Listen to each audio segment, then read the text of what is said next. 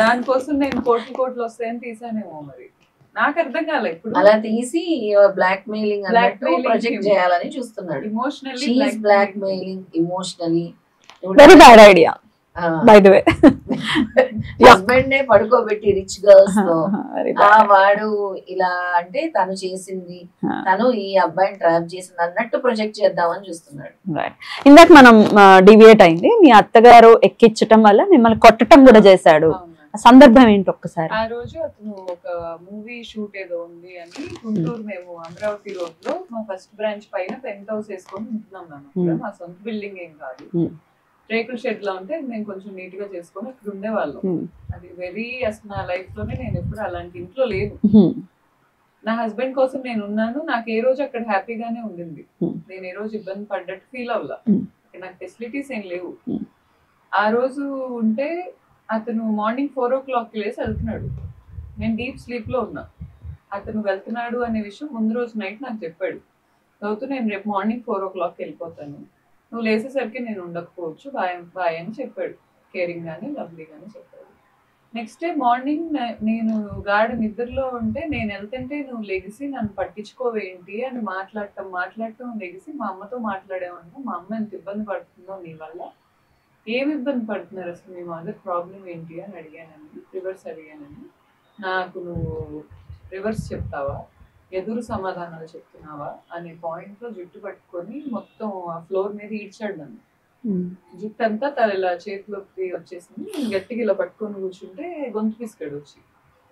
పిసికి చాలా గట్టిగా పట్టుకున్నాడు. నాకు ఊపిరి ఆడదేమనుకోని తను తోయటానికి ట్రై చేస్తున్నాను, నేను కొడుతున్నాను, తోయటానికి ట్రై చేస్తున్నాను. మళ్ళీ వెళ్ళి నేను ఈ లోపు ఏం చేశానంటే అతను పక్కకి వెళ్ళగానే తన బెస్ట్ ఫ్రెండ్ ఉంటాడు, ఎవరు బెస్ట్ ఫ్రెండ్ వైఫ్ తో ఇతను పడుతున్నాడు. ఆ బెస్ట్ ఫ్రెండ్ ఇతను క్లోజ్ అని నాకు తెలుసు. అతనికి కాల్ చేశా, కొంచెం రావా నీ ఫ్రెండ్ ఇలా చేస్తున్నాడు అని.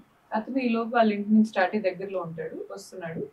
ఈ లోపు ఇతను మళ్ళీ బయటకు వెళ్ళి అయ్యి ఇసురు కొట్టి మళ్ళీ నా దగ్గరికి వచ్చి నన్ను పట్టుకొని ఏడవటం మొదలు పెట్టాడు.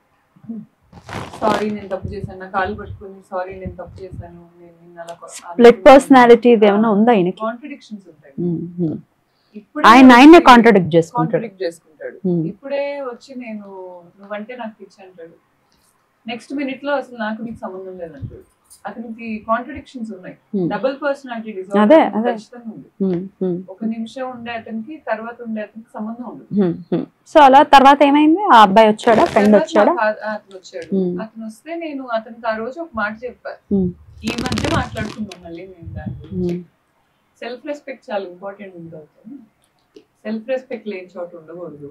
అది హస్బెండ్ అయినా ఎవరైనా. చాలా బూతులు తిట్టాడు ఆ రోజు నన్ను బాగా. చాలా కించపరుస్తా మాట్లాడుతున్నాడు. నువ్వు ఇంత నేను ఫ్యామిలీని వదులుకొని ఇతను పెళ్లి చేసుకొని వచ్చి ఇలా ఫెసిలిటీస్ లేని లైఫ్ నేను కూడా బతుకుతున్నా, అతను అడ్జస్ట్ అయ్యి ఉంటాయి, రెండు అడ్జస్ట్ అవ్వాలి, అంతేగాని ఇలా మాట్లాడటం కరెక్ట్ కాదు అని మా ఫాదర్ కి ఫోన్ చేశాను. మా ఫాదర్ వచ్చి నన్ను తీసుకెళ్ళిపోయారు. మా ఫాదర్ కి అసలు ఏడుపు వచ్చేసి అసలు ఏంటిది ఇలా హింస పెడుతున్నారు, దీన్ని ఇలా పెంచుకున్నాం కదా ఏంటిది అనే పాయింట్ లో అతను పెంచి వద్దులే బాబు, నువ్వు ఇంకా నీ లైఫ్ చూసుకో. అప్పటికి ఇంకా బాబు పుట్టలేదు, పెళ్ళయి 3 months 4 months అయింది. అప్పుడే అనుకున్నారు మీరు వద్దులే ఎవరి లైఫ్ లో వాళ్ళు చూసుకోండి. అప్పుడు కూడా డెసిషన్ తీసుకోలేదు మీరు.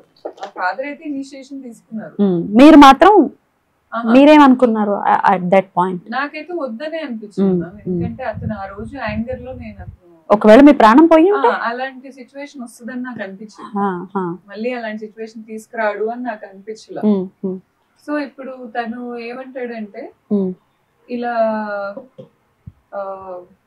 నిన్ను ఇలా చేయటం తప్పు, నాకు ఒక్క ఛాన్స్ ఇవ్వు, ఇంకొకసారి చేయను సేమ్ ప్యాటర్న్. ఇలా అయినా నెక్స్ట్ టైం ఒకసారి కొట్టాడు. తర్వాత నేను కన్విన్స్ అయ్యాను. మా ఫాదర్ ని అడిగా ఏం చేయమంటారు, చిన్నపిల్లనైనా 23 ఏం చేద్దాం, నాకు ప్రేమించి పెళ్లి చేసుకున్నాను ఇలా అవుతుంది అంటే మా డాడీ అన్నారు ఫస్ట్ టైం కదా ఇంకో ఛాన్స్ ఇద్దాం, మంచి పిల్లడిలాగే అనిపిస్తాడు కదా. ఏమైంది, చాలా మంచిగా ఉండేవాడు మ్యామ్. అదంతా నటన అంటే నమ్మలేకపోతున్నాం. సరే ఇప్పుడు నెగటివ్ ఎప్పుడు చెప్తున్నాం కదా, మంచిగా ఉండడం అంటే ఎంత మంచిగా చూసుకున్నాడండి. మంచిగా ఉండటం అంటే ఇప్పుడు నేను నా కెరీర్ లో నేను ముందుకెళ్ళాలి అనే విషయంలో అతను కొంచెం హెల్పింగ్ అంటే నన్ను ఏం అడ్డుకునేవాడు కాదు, సపోర్టివ్ గా do what ever you want అంటే విత్ కండిషన్స్. అది కూడా అంటే మళ్ళీ వాట్ ఎవర్ యు వాంట్ కాదు. ఇప్పుడు నేను ఒకసారి సందీప్ కిషన్ గారితో రీల్ చేశాను, A1 ఎక్స్ప్రెస్. నాకు ఆయన చిన్నప్పటి నుంచి మంచి యాక్టర్ గా ఫ్యాన్. అయితే ఆ హీరోతో నేను రీల్ చేస్తే, ఇప్పుడు ఇన్స్టాగ్రామ్ అన్నాక ఇన్ఫ్లుయెన్సర్స్ అన్నాక సెలబ్రిటీస్ తో రీల్స్ చేస్తారు. చేసినందుకు నన్ను ఆ రోజు అతను చాలా అబ్యూస్ చేశాడు ఇంటికి వచ్చాక. ఏమని? ఇంకా బూతులు అవన్నీ, నువ్వు అతని దగ్గరికి అందుకెళ్ళావు అసలు ఒక రీల్ చేసినందుకు. ఇంకా నేనే నా అంతటి నేనే సరెండర్ అయిపోయి, నువ్వు ఇలాంటి మాటలు మాట్లాడి ఇంకా నేను ఎప్పుడు ఇలాంటివి చేయను అని చెప్పేదాకా తీసుకొచ్చాడు. అసలు ఘోరమైన యాంగర్ చూపిస్తాడు నన్ను. పొసెసివ్ గా ఫీల్ అయిపోయాడు ఆయనతో మీరు రీల్ చేయడం అనేది. ఆబ్వియస్ గా పొసెసివ్నెస్ లో అసలు నెక్స్ట్ లెవెల్ 100/100 ఉంటుంది ఎందులోనూ. ఈవెన్ నా శారీ కూడా కొంచెం కూడా ఎక్కడ నడుము కనిపించడానికి కూడా వీల్లేదు, మొత్తం ఇలా పిన్నిస్లు పెట్టుకోవాలి, అంత కట్టేసేవాడు నా డ్రెస్సింగ్ ని. ఇదంతా మీరు కేరింగ్ గానే మీరు అర్థం చేసుకున్నారు. ఏ అబ్బాయి అయినా ఇలాగే ఉంటాడు ఏమనుకున్నారు? ఇంత తనకి నచ్చినట్టు కూడా తన వైఫ్ ఉండాలనుకుంటాడు. అది మీకు నచ్చింది.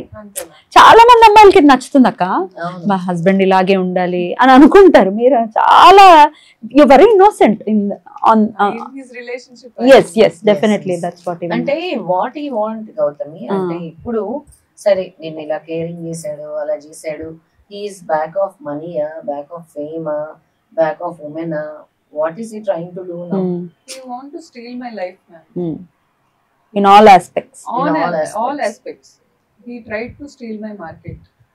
నాకు 4 లక్షల ఫాలోవర్స్ ఉన్నారు అనే ఇదితో 1,00,000 ఫాలోవర్స్ ఫేక్ గా కొట్టించుకున్నాడు. అందులో ఒక 20,000 రియల్ ఫాలోవర్స్ ఉండొచ్చు, మిగిలిందంతా ఫేక్ గా కొట్టించేస్తున్నాడు. నాతో పోటీ, comparison, ego with comparison. And ప్రతిదీ నేను తీసుకొచ్చి అతనికి ఇవ్వాలి, అతను తెచ్చుకోడు. ఒకవేళ వచ్చాక ఫ్రూట్ మాత్రం అతను ఒక్కడే తింటాడు.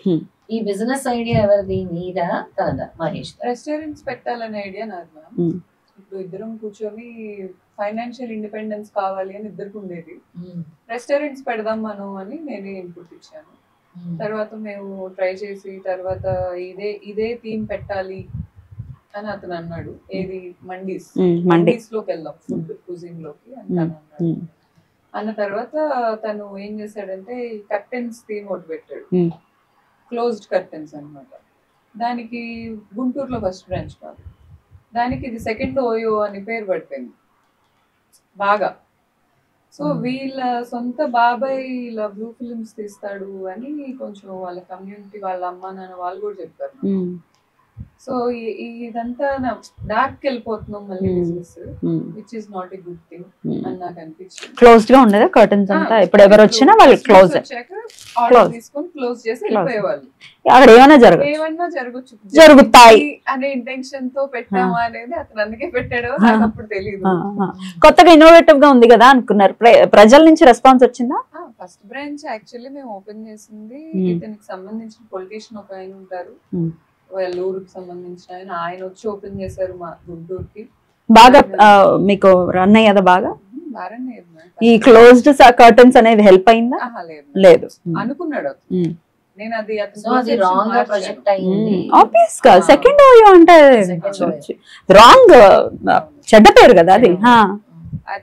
అసలు లేకపోయినా మాది అలాగే రన్ అయింది. అతను అలాంటి పర్సెప్షన్ కి వెళ్ళాడు, ఫ్యామిలీ బ్యాక్గ్రౌండ్. సో ఇప్పుడు అలా జరుగుతుంటే నేను అతనికి కూర్చోబెట్టి చెప్తా, ఇది కాదు. నేను అప్పుడు MBA చదువుతున్నాను ప్యారలల్ గా. సో ఇది కాదు, మనం బ్రాండింగ్ చేసుకోవాలి దీన్ని. నాకు బ్రాండింగ్ ప్యాషన్, నాకు బ్రాండింగ్ మార్కెటింగ్ ఇవన్నీ నాకు చాలా ప్యాషన్ అసలు. సో మనం బ్రాండింగ్ చేసుకోవాలి, బ్రాండింగ్ చేసుకోవడానికి మనకి ఇది సరిపోదు. సో ఇది మార్చి అన్న థీమ్ పెడదాం. ఆ థీమ్ కిడ్స్ కి ఇంట్రెస్టింగ్ ఉండాలి, వచ్చే ఫ్యామిలీస్ కి, ఫ్యామిలీ ఆడియన్స్ ని. ఇప్పుడు బాహుబలి సినిమా అయినా ఏదైనా కిడ్స్ కి ఇంట్రెస్టింగ్ గా లేదు, అది అంత పెద్ద హిట్ అవ్వదు. మార్వెల్ అయినా వరల్డ్ లో ఏది టాప్ లో ఉన్నా kids they first, if not love. Kids అనేది చాలా కీ రోల్ ప్లే చేస్తుంది. అవును. ఎందుకంటే ఇప్పుడు మా ఇంట్లో మా అబ్బాయి నన్ను కనుక అమ్మ రెస్టారెంట్ కి వెళ్దాం అంటే ఏ రెస్టారెంట్ నేను వదిలేసుకొని అక్కడికి వెళ్ళాల్సిందే. వాళ్ళ పాయింట్ కి మనం ప్రయారిటీ ఇచ్చేస్తాం. అవును. సో మనం కిడ్స్ ని కొంచెం టార్గెట్ చేస్తాం, ఒక థీమ్ పెట్టుకోవాలి. అప్పటికి జైల్ థీమ్ ఆల్రెడీ చెన్నైలో ఉంది. అవును. సో జైల్ థీమ్ పెడదామా అని డిస్కషన్ వచ్చి జైల్ థీమ్ పెట్టారు అని అనుకున్నాం. అతనే ఐరన్ వర్కర్స్ ని తీసుకొచ్చాడు, చేశారు, చేశాడు, పెట్టాము. అది వర్కౌట్ అయిందా? వర్కౌట్ అయింది, గట్టిగా వర్కౌట్ అయింది. గట్టిగా వర్కౌట్ అయింది. ఎన్ని అవుట్లెట్స్ ఇప్పుడు? ఇప్పుడు 17 ఉన్నాయి. 17 ఉన్నాయి ఆల్ ఓవర్ ఏపీ, అదే తెలుగు బెంగళూరు. తెలుగు రాష్ట్రాలతో పాటు బెంగళూరు కూడా. Right right. ఇప్పుడు నిన్ను ఈ విషయంలో ఎక్కడ ఇబ్బంది పెడుతున్నారు? ఇవన్నీ ఇచ్చేయమంటున్నాడు కదా ఆయన, అంతేనా? మ్యామ్ యాక్చువల్ గా జనవరిలో మేము విడిపోయినప్పుడు అంటే మేమిద్దరం సెపరేట్ అయ్యాం.